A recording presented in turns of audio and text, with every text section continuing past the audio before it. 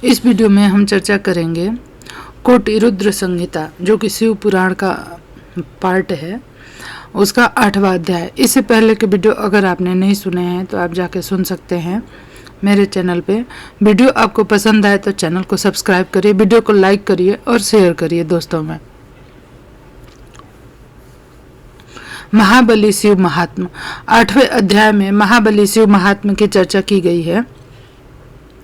सूत जी बोले, हे ऋषियों, पश्चिम दिशा में कपिला नामक नगरी में कालेश्वर नामक शिवलिंग है, जिसके दर्शन से सभी पापों से मुक्ति मिल जाती है। पश्चिमी समुद्र पर सिद्धेश्वर शिवलिंग है, जो सभी कामनाओं को पूरा करने वाला है। इसी स्थान पर बहुत से तीर्थ स्थल हैं। समुद्र के किनारे गोकर्ण नामक सरोवर है।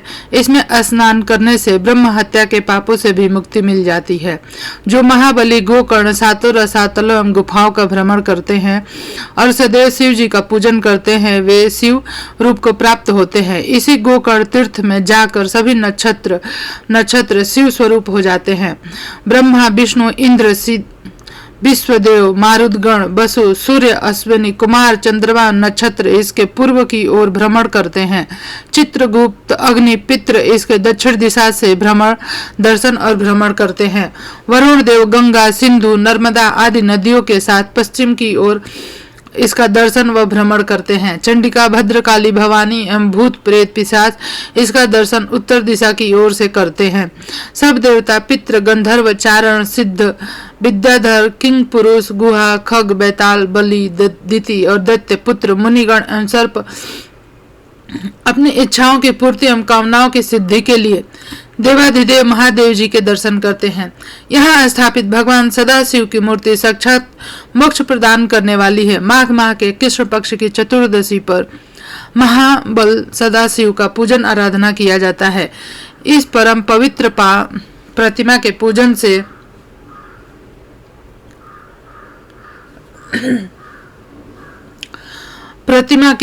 से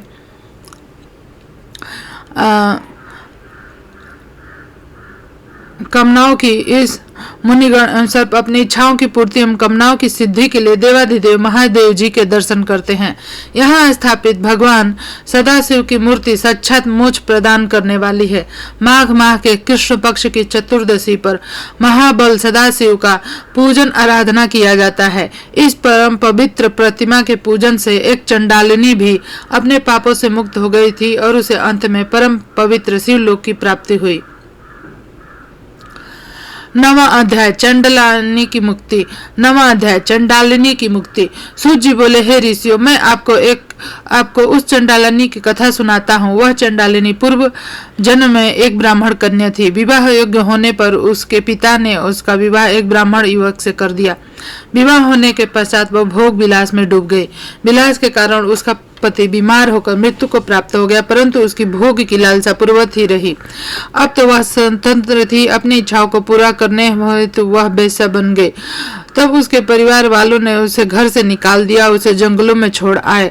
वहां जंगल में भटकते हुए एक दिन वह एक शूद्र के घर जा पहुंचे। इस प्रकार वह एक युवती को सामने पाकर वह शूद्र उसे पाने की इच्छा करने लगा। तब वह उसके साथ रहने लगी। उस शूद्र के साथ रहते हुए उसने मांस, मदिरा और भक्ष्य वस्तुएं खानी शुरू कर दी। एक दिन वह शूद्र किसी कार्य से बाहर गया था। तब उसे बड़ी जोर की भूख लगी। उसने अपनी भूख शांत करने के लिए अपनी तलवार से आंगन में बंधे हुए बछड़े को काट डाला और उसका मांस खा लिया। इस प्रकार उसने अपने जीवन में सब प्रकार के पाप किए और मृत्यु आने पर मृत्यु को प्राप्त हो गई। यमराज उसे नरक ले गए और उसने नरक की यातनाएं भोगी। अगले जन्म में उसका जन्म एक शूद्र चंडाल के घर हुआ। वह अंधी जन्मी थी और अपने पूर्व जन्म के पापों के कारण कोढ़ी हो गई थी। उसके आसपास कोई नहीं फटकता था। एक बार उसने कुछ लोगों को सदाशिव के गुणों का गान करते हुए सुना। वे कह रहे थे कि माघ कृष्ण पक्ष की चतुर्दशी को भगवान शिव के दर्शन करने से जन्म जन्मांतरों के पाप धुल जाते हैं, मोक्ष की प्राप्ति होती है। तब कल्याणकारी भगवान शिव के दर्शन की अभिलाषा मन में लिए वह चंडाल चंडालिनी गोकर्ण क्षेत्र की ओर चल दी। माघ कृष्ण पक्ष की चतुर्दशी के दिन पूर्व वह चंडालिनी गोकर्ण जा पहुंची। भूख प्यास से व्याकुल होकर भीख मांगने लगी। जब वह एक बनिया के दरवाजे पर भीख मांग रही थी तो बनिया ने उसकी झोली में बैल के गले की मंजरी डाल दी।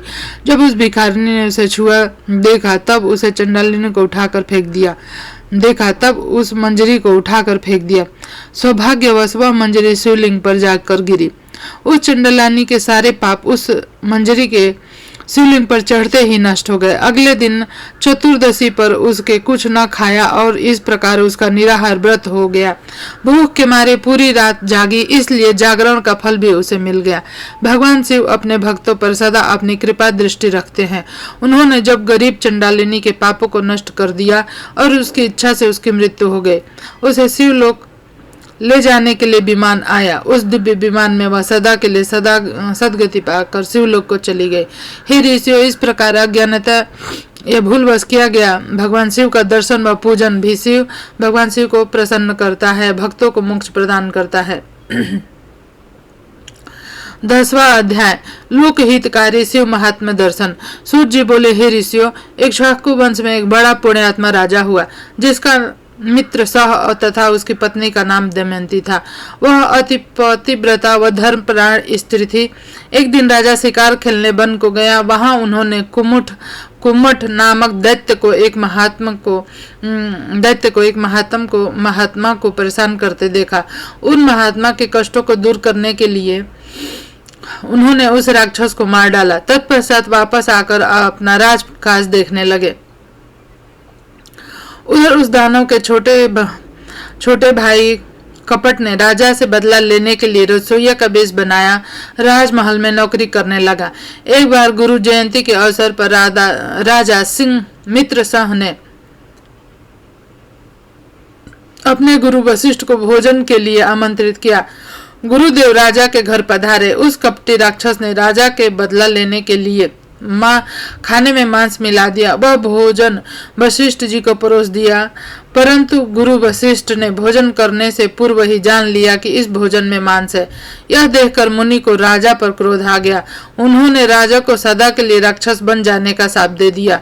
शाप सुनकर राजा गिड़गिड़ाने लगा और बोला, मुनि श्रेष्ठ, मुझे क्षमा कर दे, यह अपराध मैंने नहीं किया। राजा के वचनों को सुनकर वशिष्ठ मुनि सोच में डूब गए। तब उन्होंने अपनी दिव्य दृष्टि से जान लिया कि अपराध रसोइये का है, जो कि वास्तव में एक राक्षस है। तब वे राजा से बोले, राजन, तुम्हारा रसोइया एक कपटी राक्षस है। उसी ने जानबूझकर भोजन में मांस परोसा है। मैं अपना शाप वापस तो नहीं ले सकता, परंतु इसका असर कम कर सकता हूँ। तू 12 वर्षों तक राक्षस रहेगा। यह कहकर मुनि वशिष्ठ वहां से चले गए। उस शाप के कारण राजा राक्षस बन गया, वनों में भटकने लगा। वह जीवों को मार कर खाता था। एक दिन वह भूखा भटक रहा था, तभी उसने एक आश्रम में किशोर अवस्था में एक युवक को मुनि के रूप में तपस्या करते देखा। उसे खाने के लिए दौड़ा। मुनि की पत्नी ने देख लिया वह राक्षस उसके पति को खाना चाहता है। उस ऋषि पत्नी ने राक्षस से प्रार्थना की, मेरे पति को छोड़ दे, परंतु उसने मुनि को अपना आहार बना ही लिया। मुनि पत्नी शोक में डूब गई। उस राक्षस को शाप देते हुए बोली, अरे दुष्ट राक्षस, तूने मेरे पति को मार डाला। मैं तुझे शाप देती हूँ, जब तू किसी स्त्री पर मोहित होकर उसके साथ विवाह करेगा, उसी समय तेरी मृत्यु हो जाएगी। इस प्रकार राक्षस को शाप देकर वह सती हो गई। 12 वर्ष बीत जाने पर राजा को अपना शरीर वापस मिल गया। उसने जाकर अपनी रानी को शाप के बारे में बताया। यह जानकर रानी राजा को अपने पास आने देती थी।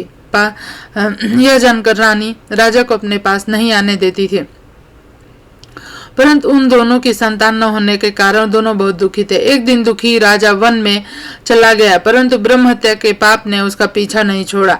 तब राजा व्याकुल होकर गौतम ऋषि के शरण में चला गया। राजा ने उन्हें सारा वृतांत सुना दिया।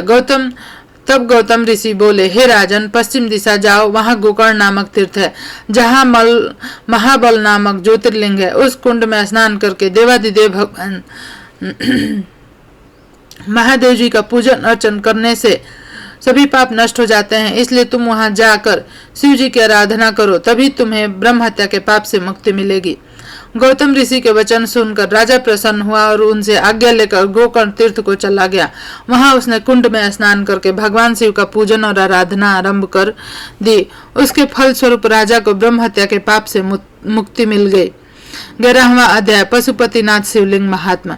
सूत जी बोले, हे ऋषियों, देवाधिदेव कल्याणकारी भगवान शिव का गोकर्ण नामक एक और तीर्थ है जो कि उत्तर दिशा में स्थित है। यह महान ज्योतिर्लिंग संपूर्ण पापों का नाश करने वाला है। यह गोकर्ण क्षेत्र महापवित्र है। इसी के पास एक सुंदर रमणीय महावन भी है।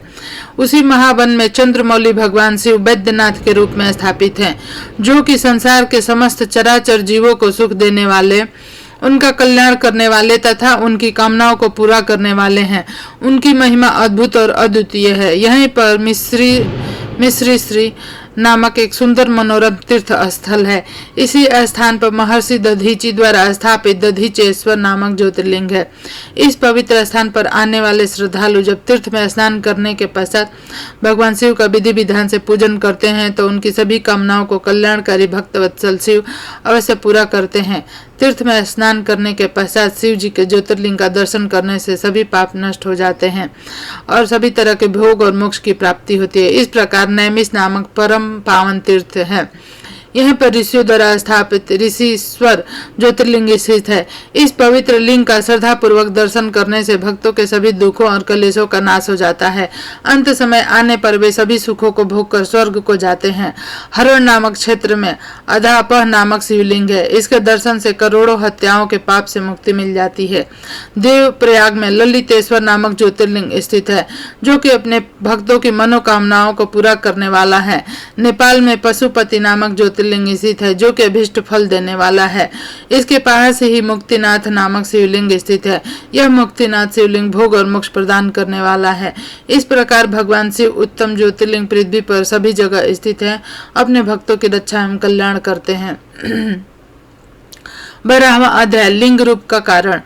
ऋषि सूत जी से पूछने लगे, हे सूत जी, आपने हम पर कृपा करके हमें त्रिलोकीनाथ कल्याणकारी भगवान शिव के दिव्य ज्योतिर्लिंगों के संबंध में बताया।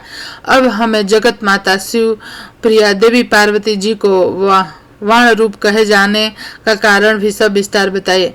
ऋषि के प्रश्न का उत्तर देते हुए सूत जी बोले, हे ऋषियों, प्राचीन काल से ही दारुक नामक एक वन है। वहीं पर त्रिलोकीनाथ भगवान शिव का शिवालय स्थित है। भगवान शिव के भक्त ऋषि मुनि प्रतिदिन सुबह दोपहर शाम वहां आकर अपने आराध्य महादेव जी का पूजन स्तोत्र पाठ और प्रार्थना करते हैं। एक दिन ऋषिगण दारुक वन में संविधा लेने के लिए गए थे। तब भगवान शिव ने उनकी परीक्षा लेनी चाहिए। वे विकराल रूप धारण किए नग्न अवस्था में वहां आ पहुंचे जहाँ ऋषि पत्नियां थी। उसी समय ऋषिगण भी लौट आए। जब उन्होंने विकराल रूप धारण किए शिव जी को वहां देखा तो क्रोधित होकर बोले, तू कौन है जो यहाँ हमारी स्त्रियों के सामने इस प्रकार नग्न रूप में उनका आचरण दूषित कर रहा है? यह तुमने अनुचित कार्य किया, इसलिए तुम्हें उनकी सजा अवश्य मिलेगी। तुम्हारा लिंग पृथ्वी पर गिर पड़ेगा। ऋषियों के कथनानुसार शिव जी का लिंग जैसे ही पृथ्वी पर गिरा, चारों ओर अग्नि प्रज्वलित हो गए। से भी सभी जीव जंतु पीड़ित होने लगे। यह देखकर ऋषिगण घबरा गए। वे ब्रह्मा जी के पास गए और उन्हें सारी बातें बताएं। ब्रह्मा जी ने दिव्य दृष्टि से सब कुछ जान लिया। तब वे बोले, हे ऋषियों, तुम अपने घर अतिथि के रूप में पधारे भगवान शिव का अपमान किया है और उनके प्रति बुरे वचन कहे हैं। इसलिए जब तक यह शिवलिंग एक स्थान पर स्थित नहीं होगा, इस प्रकार का उपद्रव होता रहेगा। इस संसार का हित करने के लिए आप जगदम्बा पार्वती की आराधना करें। वे योनि रूप धारण करें और शिव जी करें तथा शिव जी प्रसन्न होकर वहीं स्थित हो जाएं। शास्त्रों के अनुसार अष्टदल की रचना करने के पश्चात उस पर घट स्थापित करो। फिर उसमें दुर्वा तथा पानी भरो। तत्पश्चात सतरुद्र मंत्रों का पाठ करते हुए उस घट के जल से भगवान शिव के लिंग को स्नान कराओ। फिर देवी पार्वती को बाण रूप में स्थापित करके उसी पर सदाशिव के ज्योतिर्लिंग की स्थापना करो। शिवलिंग की स्थापना करने के पश्चात धूप, दीप, चंदन, पुष्प, नैवेद्य आदि से पूजन करो। फिर शिवलिंग को श्रद्धा भाव से प्रणाम कर उनके स्तोत्र का पाठ और स्तुति करो। ब्रह्मा जी के वचन सुनकर ऋषि गणों को सही मार्ग मिल गया। उन्होंने ब्रह्मा जी से आज्ञा ली और पुनः अपने स्थान पर वापस आकर बताई गई विधि से देवी पार्वती भगवान शिव की आराधना की। पूजन से प्रसन्न होकर देवी पार्वती जी योनि रूप में स्थित हुए। तब ऋषियों ने वहां ज्योतिर्लिंग की स्थापना किया। ज्योतिर्लिंग की स्थापना से सारे संसार में शांति हो गई। यह ज्योतिर्लिंग संसार में हटकेश्वर नाम से प्रसिद्ध हुआ। इस ज्योतिर्लिंग की आराधना से लोक और परलोक में सभी सुखों की प्राप्ति होती है। 13वां अध्याय, बटुकनाथ की उत्पत्ति। ऋषियों ने पूछा, हे सूत जी, आपने हम पर कृपा करके हमें अनेकों ज्योतिर्लिंग के विषय में बताया। अब हमें अंधकेश्वर नामक ज्योतिर्लिंग के महात्मा के बारे में बताइए। यह सुनकर सूत जी बोले, हे ऋषियों, पूर्व काल में अंधक नामक एक महाबली वीर और पराक्रमी राक्षस था। उसने अपने बल से पूरे विश्व पर अपना अधिकार किए हुए था और वह देवताओं सहित सभी जीवों को दुखी करता रहता था। तब सब देवता उस दैत्य से पीड़ित होकर भगवान शिव की शरण में गए। उन्हें प्रणाम करके देवताओं ने उन्हें अपना दुख कह सुनाया। अपने भक्तों के दुख को जानकर शिव जी ने उन्हें सहायता करने का वचन दिया और अंधक के निवास पर चलने के लिए कहा। सब देवताओं के साथ भक्त वत्सल शिव अंधक के निवास पर गए। वहां अंधक और भगवान शिव के बीच महायुद्ध हुआ। त्रिलोकीनाथ भगवान शिव ने अपने त्रिशूल से जो ही अंधक को मारा, वह छटपटाते हुए बोला, हे देवाधिदेव कृपा निधान, मैंने सुना है कि मरते समय शिव जी के दर्शन करने से शिव पद की प्राप्ति होती है। मैंने अंतिम समय में आपके दर्शन कर लिए हैं। अंधक के ऐसे वचन सुनकर शिव जी प्रसन्न होकर बोले, हे दानवेंद्र, तुम्हारी बातों से मैं बहुत प्रभावित हुआ। मांगो, क्या वर चाहते हो। शिव जी के ऐसे वचन सुनकर अंधक बोला, भगवान, मुझे अपनी अविचल भक्ति प्रदान करें और यहीं पर स्थित होकर जगत का कल्याण करें। तब अंधक की बातें मानते हुए शिव जी ज्योतिर्लिंग के रूप में वहां स्थित हो गए। इस प्रकार सविधि पूजन करने वालों की सभी मनोकामनाएं पूरी होती हैं। यह ज्योतिर्लिंग अंधकेश्वर नाम से प्रसिद्ध है। अंधकेश्वर नामक ज्योतिर्लिंग की उत्तम कथा सुनकर ऋषि गण बोले, हे सूत जी, अब आप हमें बटुकनाथ की उत्पत्ति के बारे में बताइए। सब सूत जी बोले, हे ऋषि गणों, प्राचीन काल में दधीचि नामक एक धर्मात्मा शिव भक्त हुए, जो संपूर्ण वेदों के ज्ञाता थे। उनका सुदर्शन नाम का पुत्र था। वह भी अपने पिता के समान सर्वगुण संपन्न था। उसकी पत्नी दुकुला नीच कुल की थी। उसकी भक्ति में कोई रुचि नहीं थी। उसके 4 पुत्र हुए। एक दिन दधीचि मुनि को किसी कार्य से कहीं जाना पड़ा। तब वह अपने पुत्र को शिव पूजा करने के लिए आज्ञा देकर चले गए। सुदर्शन विधि विधान से भगवान शिव की आराधना और पूजा करने लगे। शिवरात्रि का दिन आ गया। सुदर्शन ने व्रत किया, सविधि पूजन किया। किसी कार्यवश उसे अपने घर जाना पड़ा। वहां उसकी पत्नी ने उसे कामवश कर लिया। तब सुदर्शन बिना शरीर शुद्ध किए शिव जी के मंदिर में पहुंचकर शिव जी का पूजन करने लगा। से भगवान शिव अप्रसन्न हो गए और उन्होंने सुदर्शन को जड़ बुद्धि होने का शाप दे दिया। जब मुनि दधीचि वापस लौटे तो उन्हें सारी बातें पता चल गई। उन्होंने यह जानकर बड़ा दुख हुआ कि उनके पुत्र ने सारे कुल को कलंकित कर दिया। वे शुद्ध हृदय से जगदम्बा पार्वती जी की आराधना करने लगे। उन्होंने विधि विधान से पूजन कर जगदम्बा को प्रसन्न कर लिया। देवी पार्वती ने प्रसन्न होकर उन्हें दर्शन दिए। तब दधीचि मुनि ने हाथ जोड़कर उन्हें प्रणाम किया। अपने पुत्र सुदर्शन को उनके चरणों में डालकर बोले, हे मातेश्वरी, मेरे पुत्र को दीक्षा देकर इसका कल्याण करो। इसकी बुद्धि को सही कर दो। इसे भगवान शिव के क्रोध से बचाकर उनका अनन्य भक्त बना दो। तब पार्वती जी ने सुदर्शन को जनेऊ पहनाकर उसे गायत्री मंत्र की दीक्षा दी। फिर देवी अंतर्ध्यान हो गई। सुदर्शन ने षोडशोपचार से शिव जी का किया, जिससे वे प्रसन्न हो गए और उन्होंने उसके सभी अपराधों को क्षमा कर दिया। शिव जी ने उन्हें साक्षात दर्शन दिए। सुदर्शन और उसके पुत्रों का बटुक रूप में अभिषेक किया। आपका यह रूप सारे संसार में पूजनीय होगा। यह कहकर शिव जी अंतर्ध्यान हो गए। उसी दिन से सुदर्शन बटुक नाम से संसार में विख्यात हुए।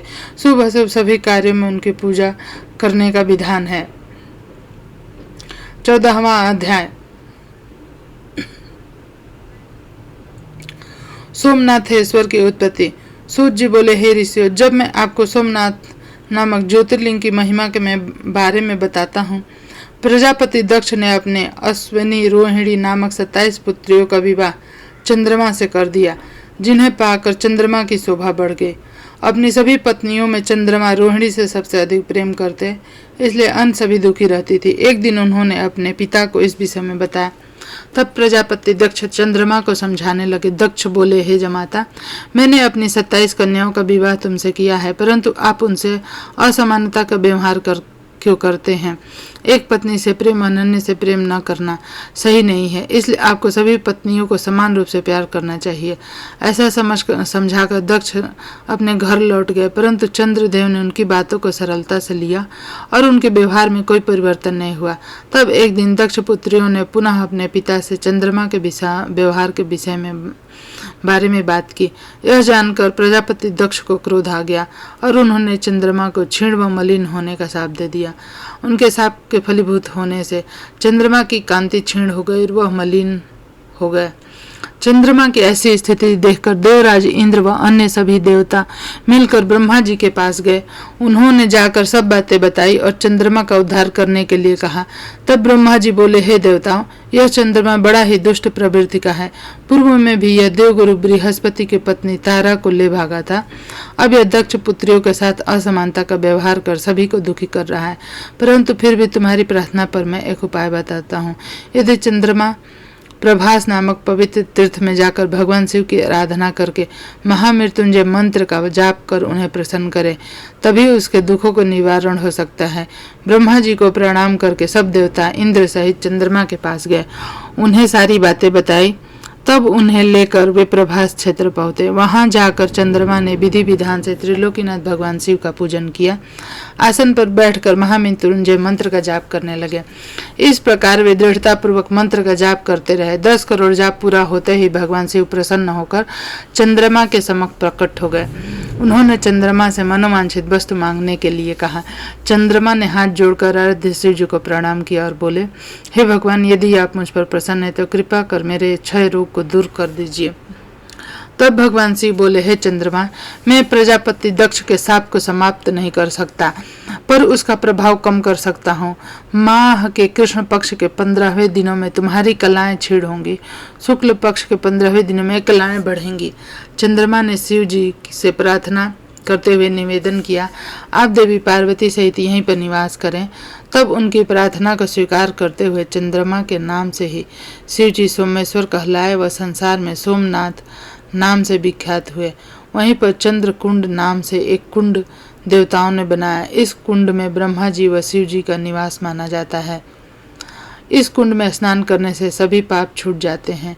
6 माह तक इस पवित्र कुंड के जल में स्नान करने से साध्य रोगों से भी मुक्ति मिल जाती है तथा मनोवांछित फल की प्राप्ति होती है। भगवान शिव के आशीर्वाद से चंद्रमा निरोग हो गए और पहले की भांति अपना कार्य करने लगे। इस प्रकार मैंने सोमनाथ की उत्पत्ति के बारे में तथा सोमेश्वर ज्योतिर्लिंग के बारे में बताया। इस कथा को सुनने, पढ़ने और दूसरों को सुनाने से अभीष्ट फल की प्राप्ति होती है और पाप से मुक्ति मिल जाती है। इस कथा को सुनने से, पढ़ने से और दूसरों को सुनाने से अभीष्ट फल की प्राप्ति होती है और पापों से मुक्ति मिल जाती है। तो यह वीडियो आपको कैसा लगा कमेंट करके जरूर से बताएं। चैनल को सब्सक्राइब करें, वीडियो को लाइक करें और शेयर करें। धन्यवाद।